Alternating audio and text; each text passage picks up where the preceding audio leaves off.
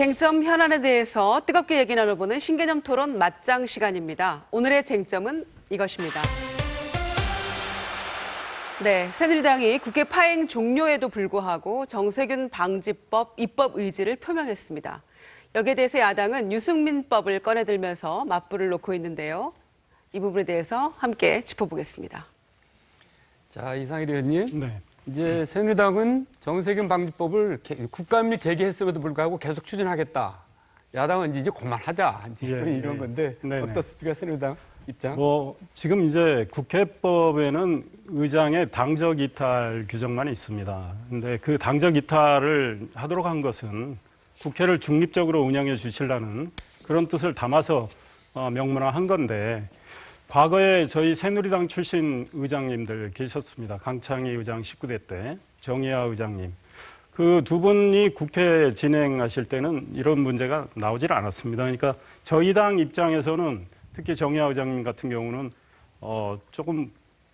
좀 너무 야당의 입장을 많이 들어주시는 거 아닌가 이런 생각이 들 정도로 진행을 하셨기 때문에 새누리당에서는 좀 불만이 많았지만 야당에서는 큰 불만을 제기하지 않았습니다. 그래서 당적 이탈의 그 정신을 나름대로 잘 살린 거라고 생각을 합니다. 그런데 이번에 이제 몇 가지 문제가 발생을 했는데 그와 관련해서는 또 논란이 있을 수 있지만 정세균 의장님 개사 발언, 또 맨입 발언, 또 우리 해임 건의안 처리 과정에서 좀 편파적으로 진행하신 거 아닌가 이런 생각을 저희 새누리당은 했고 또 많은 국민들이 이런 생각을 한다고 봅니다. 그래서 차제에 국회의장께서 중립적으로 국회를 운영하도록 한다 이런 조항 정도는 들어가 있는 게 좋을 것 같고 저는 그걸 중립 의무를 저버렸다 했을 때 처벌한다, 처벌 규정까지는 과하다고 생각합니다. 네, 반론 드리겠습니다. 네, 저는 이상일 의원님 말씀을 들으면서 19대 때 야당이 잘 못 싸웠다고 지금 비판을 하시는 것 아닌가 이런 생각을 오히려 했는데요. 아마 기억하실 겁니다. 지난해 정의화 국회의장 당시에 그 국가 비상사태를 하면서 테러 방지법 직권상정을 하신 바가 있죠. 그럴 때 저희 야당이 정말 적극적으로 반대를 했습니다만 저희 야당은 합법적인 범위 내에서 이 필리버스터를 하면서 국민들의 여론을 환기시키기 위해서 노력을 했었거든요. 그러니까 지금 국면을 정세균 의장님이 진짜 중립의 의무를 저버렸느냐에 대해서는 저는 논란의 여지가 분명히 있고요. 저희 야권의 입장에서는 중립의 의무를 저버리지 않았는데 새누리당이 지나치게 공세를 편다라고 생각을 하고 있는 거고, 특히 집권여당 대표가 헌정사상 초유로 단식을 하시고 또 집권여당이 국감에 들어오지 않는 이런 일들은 정말 우리가 국회 안에서 타협의 정신을 통해서 해결할 수 있는 부분들을 장외로 끌고 나가신 부분들이 아니었나라는 생각을 해서 지금 정세균 방지법이라고 명명되는 것에서부터 사실은 국회의장이 이 국회를 대표하는 의장으로서 또 국민들의 신망을 또 받으셔야 되는 자리인데 좀 저는 민망하다 이런 말씀을 좀 드릴 수밖에 없을 것 같습니다. 저희 그 새누리당에서는 이제 앞으로는 정세균 의장님의 이름을 거론해서 정세균 방지법 이런 표현은 안 쓰기로 했고 이번에 해임 건의안 처리 과정에서 건의안 처리할 때는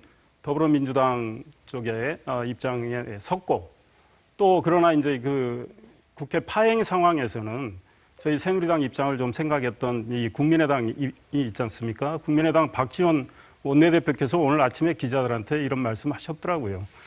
당적 이탈 규정만 있고 중립 의무 규정은 없는데 검토할 필요가 있지 않나. 그래서 앞으로 새누리당 출신이 하반기에 국회의장 할 수도 있습니다. 물론 그렇죠. 그래서 예. 이 중립 의무는 좀 명확히 해놓으면 그 의장님들이 자기가 소속 정당의 입장을 좀 떠나서 국회를 원만하게 잘 진행하는 게 나의 책무다라는 생각을 더 갖게 되지 않을까 이런 생각을 하게 됩니다. 그런데 정치가 그런 것 같습니다. 결국 어떤 일로 인해서 이런 이제 법안이 새롭게 탄생하느냐가 하나의 흐름으로 비춰질 텐데 아마 이런 일들이 없는 상황에서 국회의장의 중립의 의무에 대해서 조금 더 논의를 하는 장이 열렸다면 크게 무리 없이 또 논의가 될 수도 있는 부분일 수 있지만 지금은 특히 또 헌정사상 초유가 정말 많은데요. 국회의장을 상대로 형사 고발도 했고 권한쟁의 심판 재판도 청구해 놓은 상태인데 새누리당에서 그걸 또 취하지 않고 있거든요. 이렇게 각을 세우는 과정에서 여당에서 야당에게 이 법을 논의하자라고 하는 것은 사실 정쟁적인 의미로밖에 비칠 수 없는 그런 일인 것 같습니다. 네, 예, 이 법 안타깝습니다. 통과될 수 있을까요? 발의가 되면. 현실적으로는 네. 쉽지 않습니다. 우리 배재정 의원님 말씀하셨지만 네. 지금 더불어민주당이 아주 강력히 반대하고 있고 저희 새누리당 의석 그래요. 120구석이고요. 국민의당에서 저희 입장을 만약에 들어준다면 38석인데 그렇게 해도 모자랍니다. 180석이 돼야 되는데 그래서 제가 보기에는 지금 이제 이 사법부로 문제를 가져간 거는 바람직하지 않다고 봅니다. 그 문제는 아마 정치력으로 풀 수 있을 것 같고 네. 국회의장의 이 중립 의무 규정에 대해서는 국회 앞으로 원만한 운영을 위해서 뭐 21대 국회 뭐 이 다음 국회도 생각을 해서 한번 검토해 볼 필요가 있지 않나 이런 생각하게 됩니다. 그런데 지금 국민의당 또 대변인께서 국정감사 이후에 이 부분을 뭐 논의해도 논의할 수 있지 않겠냐 이렇게 얘기를 한 걸로 봐서 지금은 논의가 좀 제대로 이루어지기는 힘들지 않을까 하는 생각을 하게 됩니다. 예. 네. 두 번째 쟁점으로 한번 넘어가 보겠습니다. 새누리당 내 충청권 의원들이 지금 반기문 특별예우법안 소위 이거를 지금 추진하겠다고 하고 있는 거거든요. 여기에 대해서 배 의원님 어떻게 보고 계세요? 예, 저는 뭐 객관적으로는 또 네. 이 국제 지도자신데 지금 국내에 들어오셨을 경우에 예우를 할 수 있는 부분들이 뭐 이제 마련돼 있지 않으니까 그런 네. 논의를 할 수는 있겠습니다만 과연 지금 시점에 특히 새누리당에서 이제 반기문 총장에 대해서 어떤 유력한 대선 주자로 생각하시는 가운데서 네. 법안까지 만드는 것이 좀 국민들의 공감대를 얻을 수 있을까 이런 좀 걱정은 되거든요. 그리고 이게 아직 발의가 된 게 아닌 것으로 알고 있는데 이제 논의를 해보겠다. 그래서 이제 의원들의 동의 절차를 구하겠다라고 하시는 건데 일각에서 벌써 뭐 줄 세우기 논란도 있고 너무 과한 예우가 아니냐 이런 논의도 네. 있는 걸로 봐서 좀 공감대를 형성하려는 노력이 우선돼야 될 것 같다는 네. 생각을 했습니다. 저희 새누리당의 충주 출신인가요? 이종배 네. 의원님이 아마 추진하고 계신 것 네. 같은데 예. 법이라는 건 사실은 보편 타당성에 기초해야 되고 상식에 맞아야 되겠죠. 그래서 특정 개인을 위한 법을 만든다는 건 그거는 좀 저도 동의할 수는 없는데 우리 배 의원님 말씀하셨듯이 반기문 총장이 뭐 이제 유엔 사무총장 끝내고 오시는 상황인데 뭐 우리로서는 자랑스러운 국제기구의 대표를 하셨기 때문에 예우를 어느 정도 해야 된다는 그 필요성은 있습니다. 그래서 입법 취지의 일부에 대해서는 저도 동감하는 게 있습니다. 특히 IS가 뭐 대한민국도 테러하겠다고 하는 상황이고 그래서 이 위의 요인이 꽤 많아지고 있기 때문에 저는 경호는 필요하다고 봅니다. 다만 전직 대통령의 준하는 뭐 사무실이다 뭐 여러 가지 지원을 하는 거는 과연 그게 타당할까 또 국민적 공감대가 필요한 상황인데 법을 안 만들고 예. 행정명령으로 얼마든지 경호는 가능하다고 봅니다. 그래서 그런 차원으로 이 문제를 해결하는 게 좋지 뭐 한 개인을 위한 입법 그리고 제가 뭐 듣기로는 반기문 총장님 쪽에서 이런 법을 마련해 달라고 한 적이 없는 상황이고 그러겠죠. 예.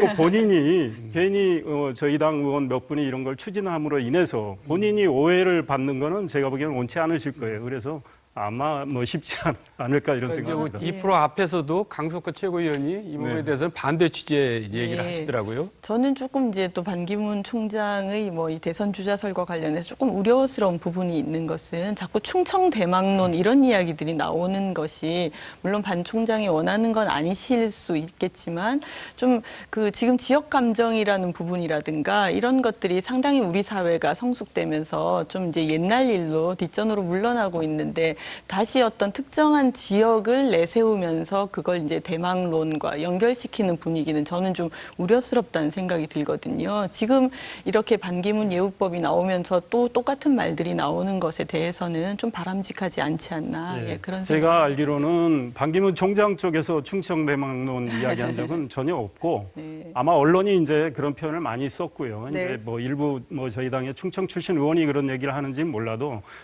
반기문 총장 쪽에서는 그런 얘기 한 적이 없고요. 저도 특정 지역을 강조해서 네네. 대선 출마하고 이런 거는 저도 반대고 정말 국민 통합적 행보가 필요하다 이런 생각하고 있습니다. 예. 그러니까 이제 이 법을 만들면은 해당되는 사람은 반기문 총장 말고는 없을 것 같아요. 네, 네. 그래서 문제인 거죠. 그래서 그런 말씀도 하시더라고요. 앞으로 또 이제 후학들이 또 그런 이제 위치에 올라갈 수 있도록 또 격려하자 이런 의미도 담고 있다 이런 말씀을 하시는 것 같은데 굳이 그건 법률로서 할 필요가 있을까 하는 생각을 하게 되네요. 그래서 네. 뭐 행정명령을 하면 경찰에서 뭐 경호요원 이렇게 붙여서 네. 경호를 할 수도 있고 또 뭐 기타 지원 같은 경우는 뭐 여야 간에 논의를 하고 또 국민적 공감대가 형성이 네. 되면 네. 굳이 법이 아니더라도 아마 합당한 예우를 할 수 있지 않을까 이런 생각을 하고 그렇게 풀어나가는 게 현명하다고 네. 봅니다. 이 부분에 대해서 맞짱이 안 되고 맞짱구가 되는 바람에 그들이 자꾸 힘이 빠지는데요. 오늘 아까 이제 패널들하고 저희가 나눈 얘기 중에서 네. 한 가지 그 이슈가 됐던 거 여쭤보고 조금 마무리해야 될 것 네, 같아요. 위원님 그 문재인 전 대표 네. 지금 남는 쌀을 북한 그 수해 지역에 조금 네네. 지원을 해야 된다 이런 취지의 말씀하셨는데 네. 조금 논란은 됐어요. 네네. 짧게 지금 두 분 의견 한 말씀 네. 듣고 마무리할까 합니다. 네, 저는 그렇게 생각합니다. 사실은 이제 북한 인권법을 저희가 통과시킨 배경에는 북한 주민들의 어려운 상황을 어떻게 우리가 도와줄 것인가에 대한 논의가 이제 계속해서 있어 왔던 건데요. 수해로 인해서 어려운 상황이고 저는 그렇게 생각합니다. 우리가 쌀이 뭐 조금 부족하다 하더라도 이렇게 어려울 때는 서로 지원을 하면서 이제 도와야 된다고 생각하는데 더더군다나 지금 쌀이 남고 우리 농정 정책에 대해서 또 국민들의 불만이 많이 또 있는 상황 이기 때문에 당연히 저는 지원을 하는 것이 맞다고 생각하는데 많은 분들이 우려하시는 게 뭐 전용이 될 수 있는 네. 것 아니냐 이런 말씀들을 하시는데 저는 그럴 때는 정말 국제기구 등의 도움을 받아서 충분히 우리 정부가 해결해 나갈 수 있는 길을 만들 수 있다고 생각하거든요. 예, 그렇게 생각합니다. 예. 네. 위원님 어떻게 보세요? 언론적으로 인도주의는 매우 좋다고 생각합니다. 그러나 지금 북한이 핵을 개발해온 과정을 보면 우리들이 계속 인도 지원할 때도 핵을 계속 개발해온 상황입니다. 게다가 지금은 대북 제재를 강화하고 있고 세컨더리 보이콧까지 하고 있는 상황에서 지금 타이밍은 아닌 것 같아요. 그래서 김정은 체제가 핵 문제에 대해서 정말 전향적인 입장으로 기존의 스탠스하고 다른 입장으로 나온다. 그럴 때는 얼마든지 검토할 수 있는데 지금은 제재를 좀 강화해야 하는 국면이기 때문에 네. 그런데 쌀 지원은 제재를 계속 아직은 강화하고 네. 있는 가운데서도 핵실험이 계속되고 있기 때문에 예, 대화와 타협을 위한 노력들도 같이 병행돼야 될 것 네, 같습니다. 시간상 여기서 정리를 해야 네, 되는데요. 두 말씀 고맙습니다. 네, 네, 고맙습니다. 감사합니다. 네.